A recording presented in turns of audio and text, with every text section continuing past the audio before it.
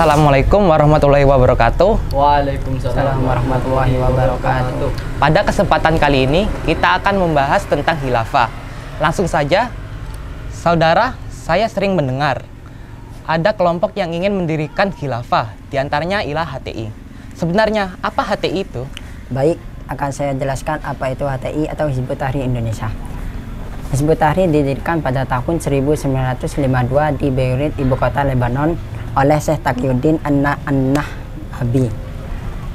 Hizbut Tahrir adalah partai politik yang berskala internasional dengan tujuan mendirikan negara khilafah. Maksudnya, seluruh negara yang mayoritas beragama Islam akan disatukan di bawah seorang pemimpin atau khilafah, dan kemudian ditegakkan syariat Islam menurut yang mereka pahami di negara mereka tersebut.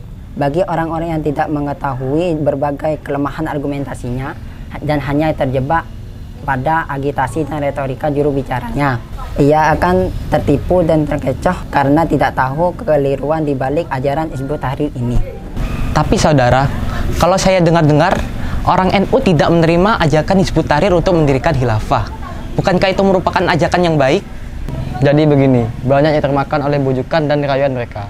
Di sini saya akan menjelaskan tentang dalil-dalil NU sebagai bukti kelemahan dan kesalahan ajaran Hizbut Tahrir.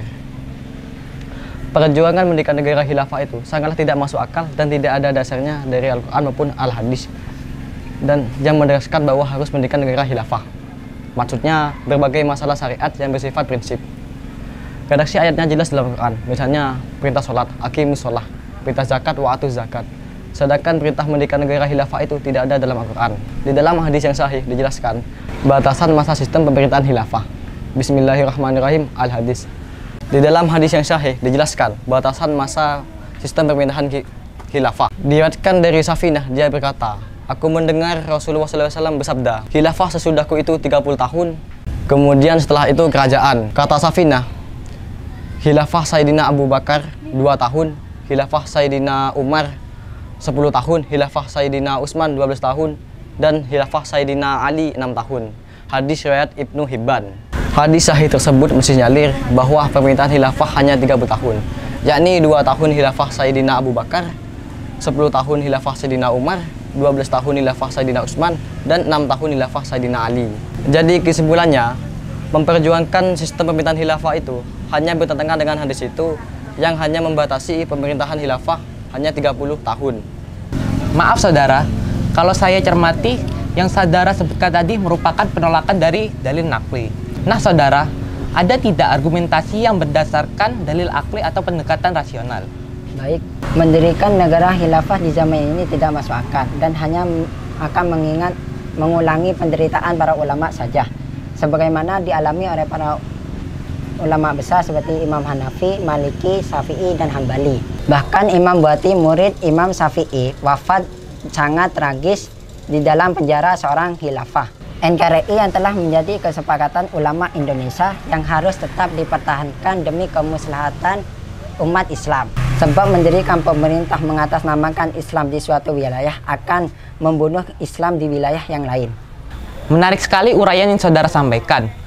Mohon saudara menyimpulkan argumentasi yang dibahas tadi. Baik, akan saya simpulkan.